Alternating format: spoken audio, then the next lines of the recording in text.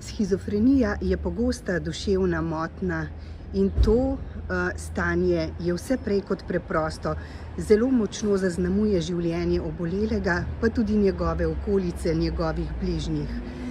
Kakšne so danes možnosti za pomoč pri tovrstnih zdravstvenih težavah in kaj prinašajo nova dognanja, novi celostni pristopi? Ja, hvala za vprašanje. Shizofrenija je v resnici kronična bolezen, ki prizadene ljudi zelo zgodaj. Običajno zbolijo ljudje tam na prehodu iz srednje šole na fakulteto ali pa mogoče malo kasneje, kar pomeni, da so pravzaprav še v procesih nastajanja tako poklicnega, osebnega kot seveda tudi socialnega.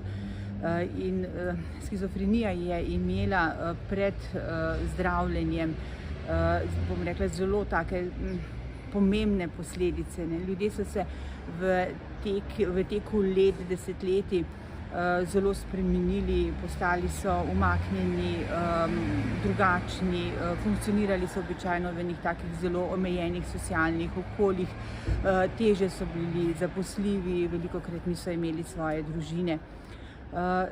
Zdravila za shizofrenijo so se odkrila v letih med 1950-1960, kar pravzaprav pomeni, da so sorazmerno nova, ampak so v resnici pomenila velik premik v zdravljenju teh pacientov.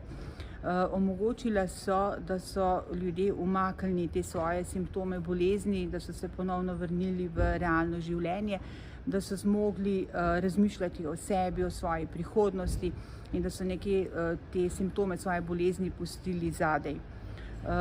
Sama zdravila so omogočila to, kar opažamo ali pa kar še zmeraj poteka, to so procesi deinstitucionalizacije oziroma pomika teh pacientov iz nekih azilov, iz nekih socialno zelo zaščitenih okolij v njihove običajne družine.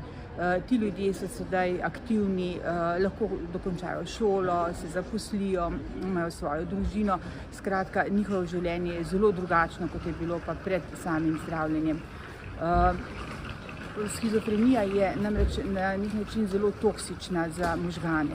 In če se shizofrenija ne zdravi, če se jo začne prepozno zdraviti, ostanejo posledice na čustveni razgibanosti, potem na tudi sami kogniciji, mišljenje pogosto osiromašeno.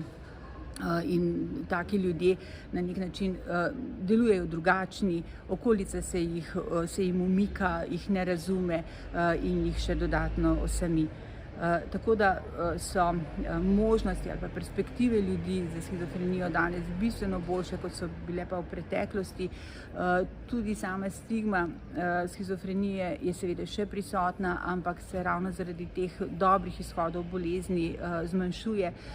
Ljudje drugače posegajo po načinih pomoči, pridejo bolj zgodaj po pomoč, sodelujejo v zdravljenju.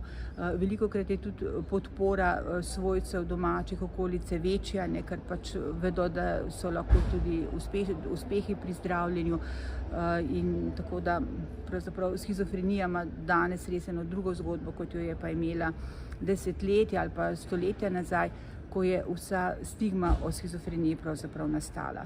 Kako pa je pri nas z zgodnjo diagnostiko in posledično s pravočasnim začetkom zdravljenja? Diagnostika shizofrenije poteka za strani zdravnikov, psihiatrov. Lahko se diagnostika shizofrenije naredi ambulantno, včasih pa je ob akutni epizodi toliko zapletov in takih kriznih, hudih situacij, da pacienti pridejo tudi v bolnico. Tudi v tem primeru ni to pravzaprav nič dramatičnega, hudega. Takšno psihično stanje skušamo z zdravili umiriti, zmanjšati to hudo stisko, trpljenje človeka, ki ga takrat doživlja, hkrati pa izvajamo vse ostalo. Se pravi, izključiti moramo druge bolezni, ki bi lahko povzročale tako psihično motnjo in seveda potem uvesti zdravila, običajno, kadar gre za akutno epizodo, najprej za to akutno epizodo, ko se simptomi te akutne epizode umaknejo, potem pa sledi nadaljnje, mi rečemo preprečevalno, vzdrževalno zdravljenje, ki je zdravljenje z nižjimi odmerki zdravil in je namenjeno predvsem temu, da se psihoza v tej svoji akutni obliki ne ponovi več. Ker klinične izkušnje in raziskave so pokazale, da je za dober izhod bolezni, se pravi za dobro funkcioniranje človeka, pomembno, da se bolezen obvladuje, da se ne zaganja ponovno in ponovno, skratka, da ljudje z shizofrenijo ostajajo res čim dlje in čim bolj psihično stabilni. Kakšno pa je najzgodnejše obdobje, v katerem se v povprečju lahko pojavi ta psihična motnja? Najbolj pogosto se pojavlja tam okrog 20. leta. Pri moških nekoliko prej, 2-3 leti prej, pri ženskah nekoliko kasneje, kar se recimo kaže v tem, da imajo recimo ženske velikokrat že zaključeno šolo, imajo mogoče že otroke in imajo, bom rekla, so tudi drugače že osebnostno zrele. Se pa sicer lahko simptomi shizofrenije pojavijo tudi že veliko prej, ne, recimo pri mladostnikih, pri 15. letu ali pa v tem obdobju adolescence. Ampak tako povprečje in največ obolevanja pa je dejansko na tem prehodu, tam okrog 20. leta, na prehodu srednje šole in potem naprej.